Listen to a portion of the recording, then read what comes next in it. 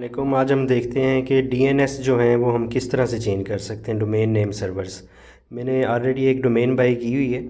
तो आप जिस कंपनी से भी आपने डोमेन बाई की हो उसके आप डोमेन के ऑप्शन पर क्लिक करेंगे तो आपके पास इस तरह डोमेन के ऑप्शन आ रहे होंगे। इसमें आपने मैनेज के बटन पर क्लिक करना है।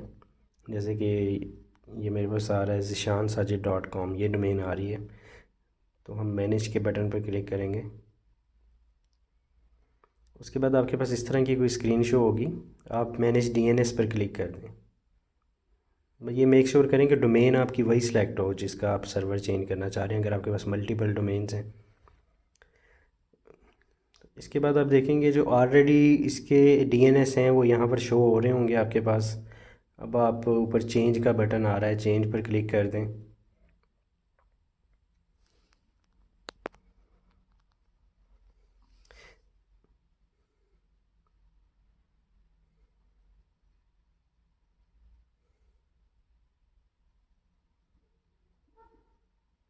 अच्छा, यहाँ से फिर आपने क्लिक करना है inter my own name domain name servers.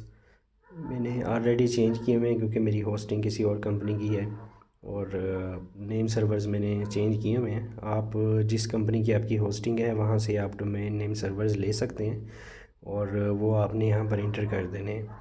Inter करने के बाद आपने सेव के बटन पर क्लिक कर देना है। सेव के बटन पर क्लिक करने के बाद डोमेन नेम सर्वर्स आपके चेंज हो जाएंगे। इसके लिए 24 आवर्स से 48 आवर्स का टाइम होता है। समटाइम 3 to 4 आवर्स में भी ये चेंज हो जाते हैं।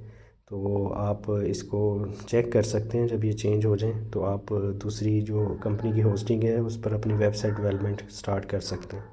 आई होप कि आपको समझ आ गई होगी। Thank you.